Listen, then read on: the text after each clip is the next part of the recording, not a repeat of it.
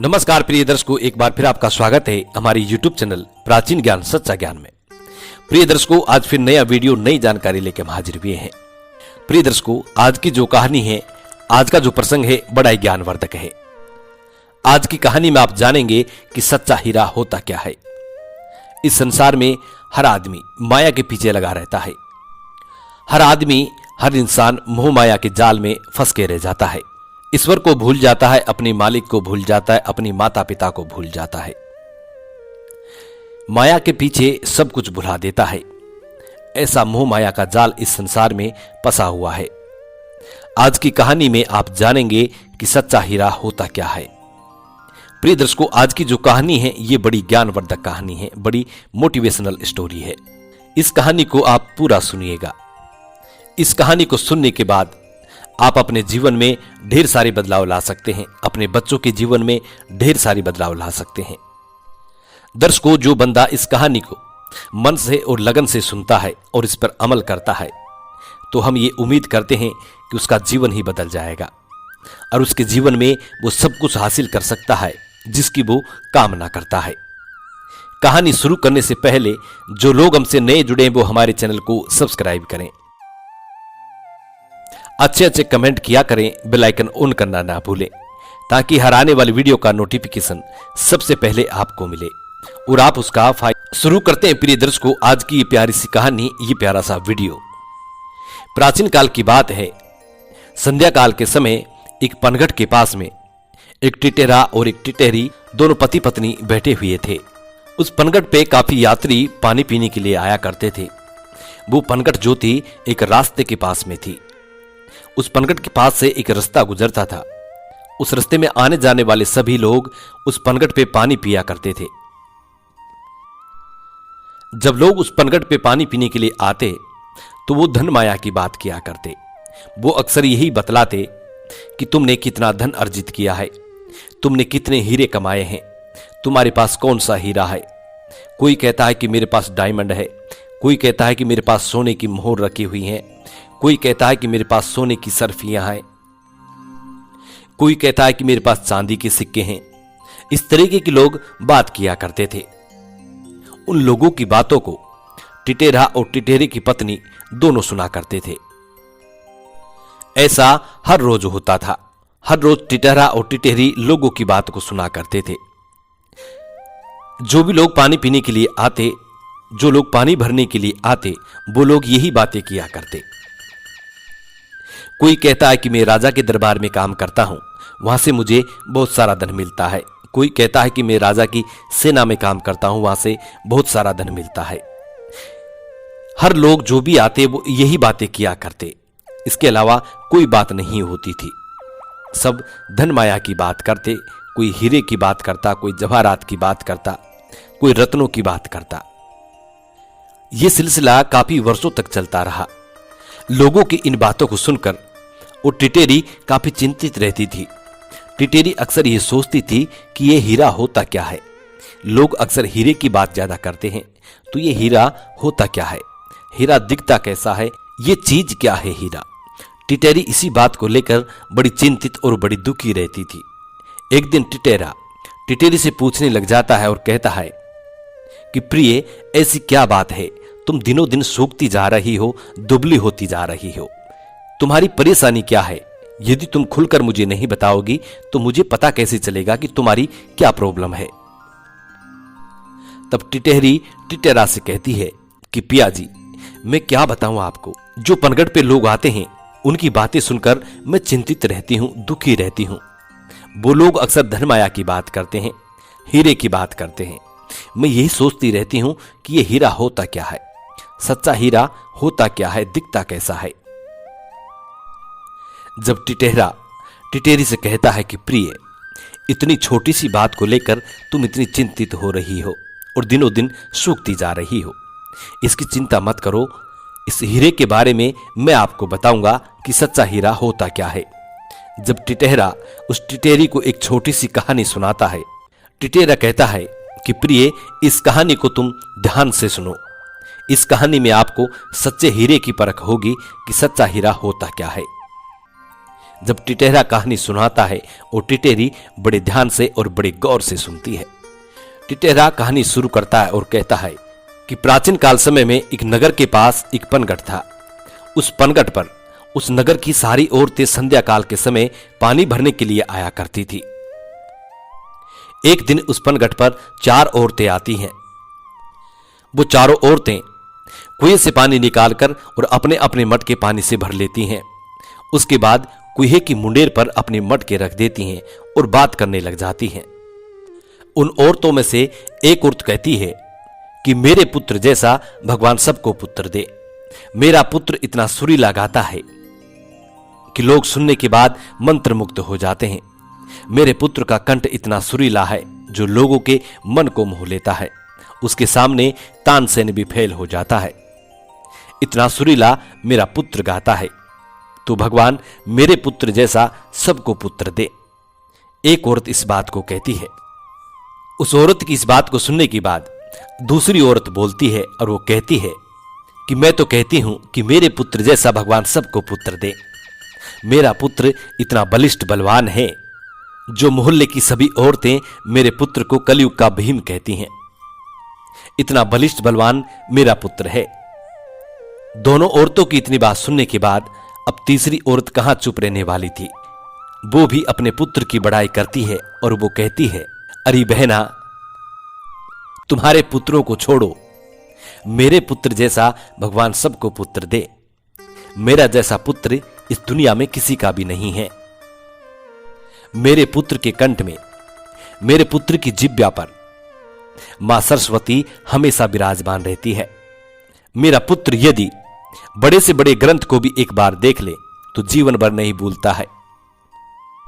मेरे पुत्र ने बड़े बड़े ग्रंथों की रचना की है और कहती है कि चारों वेद, गरुड़ शास्त्र, वास्तु शास्त्र, शिवमा पुराण, विष्णु पुराण, गीता, ब्रह्म पुराण, संसार में जितने भी ग्रंथ हैं मेरे पुत्र को कंठस्थ याद हैं।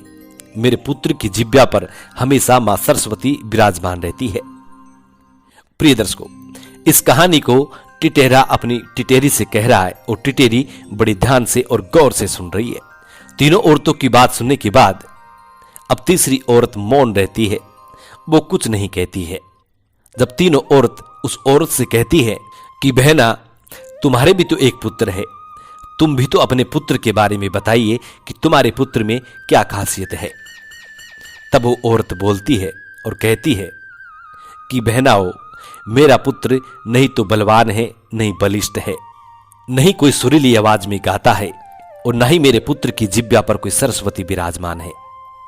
इसलिए मैं मेरे पुत्र के बारे में क्या कहूं। मेरा पुत्र अनपढ़ गवार सीधा साधा है, तो इसलिए मेरे पुत्र के बारे में मैं कुछ नहीं बता सकती। क्या बताऊं, मेरे पुत्र में ऐसी कोई खूबी नहीं है जो मैं तुम लोगों के सामने बताऊं। मेरे पुत्र में कोई खूबी नहीं है। मेरा पुत्र बिल्कुल सीधा साधा और भोला है। बस मेरा पुत्र है। इतनी बात उन तीनों औरतों से वो एक औरत कहती है। प्रिय दर्शकों, इस कहानी को टिटेरा अपनी टिटेरी से कह रहा है और टिटेरी बड़े ध्यान से और बड़े गौर से सुन रही है। इतनी बातें हो जाने के बाद चारों औरत अपने अपने पानी के मटके उठाती हैं और पनघट से अपने अपने घर की तरफ चल देती हैं। जब मध्य रास्ते में पहुंचती हैं तो उनको एक सुरीली आवाज सुनाई देती है, मानो कि कोई बहुत बड़ा संगीतकार कुछ गाता हुआ आ रहा है। इस तरीके से एक सुरीली आवाज सुनाई देती है। तब वो पहली औरत कहती है कि देखिए, मेरा पुत्र आ रहा है, मेरे पुत्र के कंठ की आवाज आ रही है। मेरा पुत्र बहुत सुरीला गाता हुआ आ रहा है। कहती है कि भगवान मेरे पुत्र जैसा सबको पुत्र दे। बहना, सुनिए मेरे पुत्र की आवाज कितनी सुरीली है। उसके सामने कोयल भी शर्मा जाती है। इस तरीके की बात वो पहली औरत कहती है। तभी कुछ ही देर बाद उसका पुत्र उसके नजदीक आ जाता है, लेकिन उसका वो संगीतकार पुत्र, सुरीला गाने वाला पुत्र अपनी मां को देखता तक नहीं है और साइड से निकल जाता है। सभी औरतें फिर से अपने रास्ते रास्ते चलने लगती हैं। थोड़ी दूर आगे पहुंचने पर उनको एक बलिष्ठ बलवान योद्धा आता हुआ दिखाई देता है। तब वो दूसरी औरत कहती है कि देखिए बहना, मेरा पुत्र आ रहा है। ऐसा लगता है कि जैसे भीम आ रहा हो। जब मेरा पुत्र धरती में उठाकर अपना पांव रखता है तो धरती धूजने लगती है और वो कहती है कि बहना, धरती में ध्यान लगाकर सुनिए, मेरे पुत्र की पांव की धमक की आवाज आ रही है। जैसे मेरा पुत्र धरती पे पांव रखता है वैसे धरती हिलने लगती है। भगवान ऐसा पुत्र सबको दे। ऐसी बात वो दूसरी महिला कहती है। कुछ ही क्षणों के बाद उसका पुत्र भी उसके नजदीक आ जाता है, लेकिन वो भीम जैसा पुत्र, बलिष्ठ बलवान पुत्र, अपनी मां को नजर भर देखता भी नहीं है और साइड में से निकल जाता है। तभी चारों औरत थोड़े आगे चल देती हैं। जब रास्ते में थोड़े आगे जाती हैं तो एक जोर जोर से मंत्रों की आवाज सुनाई देती है, मानो कि कोई विद्वान पंडित मंत्र उच्चारण कर रहा हो। इस तरह की आवाज सुनाई देती है। तब वो तीसरी औरत कहती है कि बहना, ध्यान लगाकर सुनिए, मेरे पुत्र के मंत्र उच्चारण की आवाज आ रही है। और वो कहती है कि लगता है मेरा पुत्र कोई बड़ा ग्रंथ की रचना करने वाला है, इसीलिए मेरा पुत्र किसी ग्रंथ की रचना कर रहा है। तो देखिए, जोर जोर से मंत्रों की आवाज आ रही है। भगवान ऐसा पुत्र सबको दे। उसके कुछ देर बाद उसका वो पुत्र, जिसकी जुबान पर मां सरस्वती विराजमान रहती है, जो बड़े बड़े ग्रंथों की रचना करता है, जो एक बार किसी ग्रंथ को पढ़ ले तो जीवन भर नहीं भूलता, ऐसा वो पुत्र अपनी मां के नजदीक आ जाता है। लेकिन वो भी अपनी मां को बगैर देखे और साइड से निकल जाता है। इन सारी घटना को एक बूढ़ी मां देख रही थी। कुछ देर बाद वो चौथी महिला का पुत्र आता है। वो आता हुआ दिखाई देता है। एक सीधा साधा अनपढ़ गंवार व्यक्ति सामने से आता हुआ दिखाई देता है। वो आते ही सबसे पहले अपनी मां के चरणों में ढोक देता है, अपनी मां को अपना प्रणाम करता है, अपना सर अपनी मां के चरणों में झुका देता है और मां के सर पे जो पानी की मटकी रखी हुई थी उसको खुद अपने सर पे रखता है और मां से कहता है कि मां, तुम परेशान हो गई होगी, काफी दूर से तुम पानी लेकर के आ रही हो, इसलिए तुम थक चुकी होगी। पानी की मटकी को मैं ले जाता हूं, तुम थोड़ा विश्राम कर लो और उसके बाद तुम आराम से आ जाना। उसका पुत्र इतना कहकर अपनी मां से पानी की मटकी अपने सर पे रखता है और अपने घर को चले जाता है।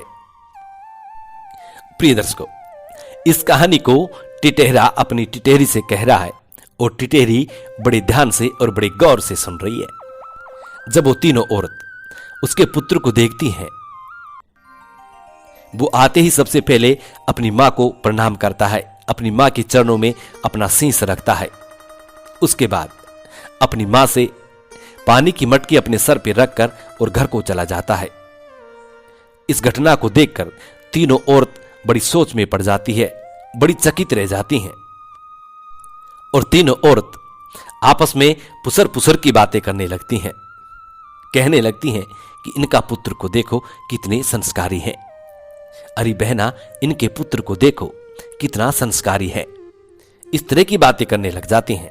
तभी वो बूढ़ी मां बोलती है जो इस सभी घटना को देख रही थी। तब वो बूढ़ी मां कहती है कि यही है असली हीरा, इसे कहते हैं असली हीरा। बूढ़ी मां कहती है कि अपने पुत्र को, अपनी संतान को जो संस्कार दिए जाते हैं वो माता पिता से दिए जाते हैं। उनके माता पिता, संतान के माता पिता चाहे पढ़े लिखे हो या ना हो, लेकिन संस्कार उनके माता पिता से ही मिलता है।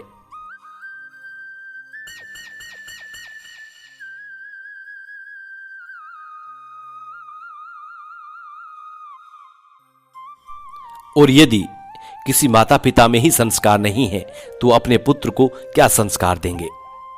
उनके जैसा ही उनका पुत्र होगा। इसीलिए संस्कार हमेशा माता पिता से ही मिलते हैं। जैसे माता पिता अपने पुत्र को तैयार करता है वैसा ही उनका पुत्र होता है। वो बूढ़ी मां उन तीनों औरतों से कहती हैं कि तुम्हारे पुत्र संगीतकार हो, अच्छा गाने वाला हो, बलिष्ठ बलवान हो, भीम जैसा हो या ज्ञानी हो, लेकिन तुम्हारे तीनों के तीनों पुत्रों में कोई संस्कार नहीं है। तुम्हारे पुत्रों ने तुमको देखा तक नहीं, अरे प्रणाम करना तो दूर की बात है, तुमको नजर भर देखा भी नहीं। तुम्हारे प्रति तुम्हारे पुत्र के दिल में बिल्कुल दया धर्म नहीं। तुम्हारे पुत्रों को यह अच्छी तरह मालूम था कि तुम पानी लेके जा रही हो, तुम्हारे सर पे एक पानी का बोझ रखा हुआ है, लेकिन फिर भी तुम्हारे पुत्रों ने तुमको देखा तक नहीं। और तुम तीनों ये कह रही हैं कि तुम्हारे जैसा पुत्र सबको दे। अरे क्या गुण है तुम्हारे पुत्र में? तुम तीनों के पुत्र नालायक और नकारा हैं, कोई गुण नहीं है। वो बूढ़ी मां उन तीनों से इस बात को कहती हैं। बूढ़ी मां कहती हैं कि सच्चा हीरा तो वो है जो आते ही अपनी मां को सबसे पहले दंडवत प्रणाम किया और उसके बाद अपनी मां की पीड़ा को समझकर अपनी मां की पानी की मटकी अपने सर पर रखकर और अपने घर को चला गया और मां से कह के गया है कि मां, तुम थक गई होगी, परेशान हो गई होगी, इसलिए थोड़ा विश्राम करके आना। इसे कहते हैं सच्चा हीरा। यही है संसार का सच्चा हीरा। टिटहरा अपनी टिटेरी से कहता है कि प्रिय, ये होता है सच्चा हीरा। मां बाप अपने पुत्र को चाहे तो हीरा बना सकते हैं। यदि जिस मां बाप में अच्छे संस्कार हैं और वो मां बाप अपने पुत्र को अच्छे संस्कार देता है तो अपने पुत्र को हीरा बना सकता है। टिटहरी को टिटहरा की ये बात समझ में आ जाती है और टिटहरी अपने बच्चों को जी जान से प्रेम करती है, उनको अच्छे संस्कार देती है। प्रिय दर्शकों, आज भी आप लोगों ने ये देखा होगा कि टिटहरी जब भी अंडे देती है तो 24 घंटे उनको दुबक के बैठी रहती है, कभी उनको छोड़ के नहीं जाती। और यदि कोई भी जानवर आ जाए तो उनसे भिड़ जाती है, अपनी जान की परवाह नहीं करती। और जब टिटहरी के छोटे छोटे बच्चे हो जाते हैं तो टिटहरी उनको अच्छे संस्कार देती है, उनको वही संस्कार देती है जैसे संस्कार उनको प्राप्त हुए हैं। आज भी टिटहरी और टिटहरी के बच्चे और टिटहरी की होने वाली संतान कभी भी किसी वृक्ष में नहीं बैठती है।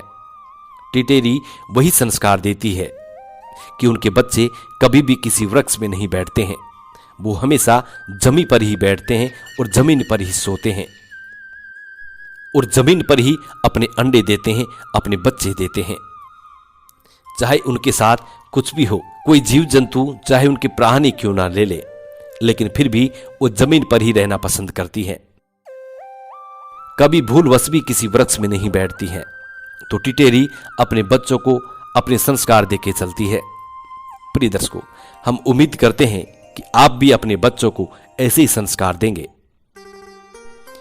आप भी अपने बच्चों को एक रांग से हीरा बनाएंगे और आपके बच्चे जरूर हीरे बनेंगे।